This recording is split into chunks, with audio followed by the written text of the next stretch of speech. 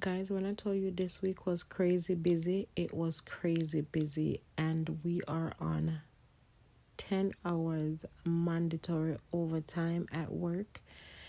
And on top of that, I went to wake up my child, and she was burning up, and she also complained that her throat was hurting. So the first thing I did, I went to mix up some honey and lime and cough drop for her throat, and I also gave her some ibuprofen.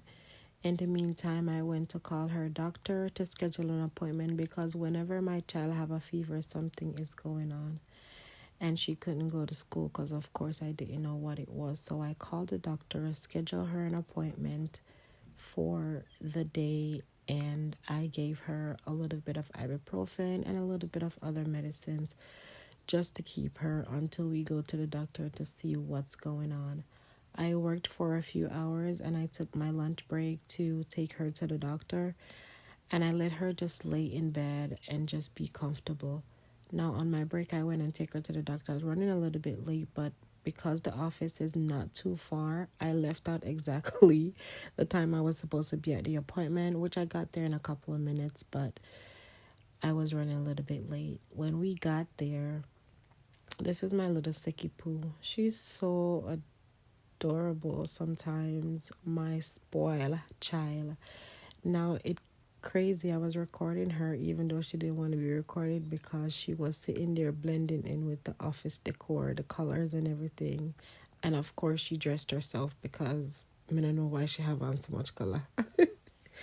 But when we went to the doctor and she take a look at her throat, her ears, and everything, it turns out she has some sort of bacteria developing. It looks like it could be strep throat because her throat was really red, and she didn't have a cough or a cold or anything like that, so I know it wasn't the flu.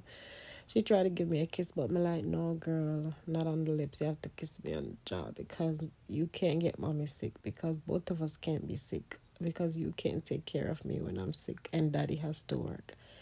So I went to pick up her medication that was prescribed, which is some antibiotics, and I got home. When I got home, I saw all these workmen in my yard. Come to find out, I have no power. In the back of my yard, I guess some tree and the wind, some combination, lit down the wire back there, so I have no power. So I went in and just opened up my windows to get some light in the house, which I normally do in the daytime, but because Sky was home, I just closed up the place. I didn't open and I didn't have time to do that. I didn't even think about that, but we had to use outside light for a little bit to shine inside of the house. That way it's not too dark. And I couldn't go back to work because, of course, there's no power, so there's no internet. So I just quickly gave Sky her medicine. And then we went to go lay down because it wasn't nothing much to do at that point because we had no power. So we just laid down and I just made her comfortable.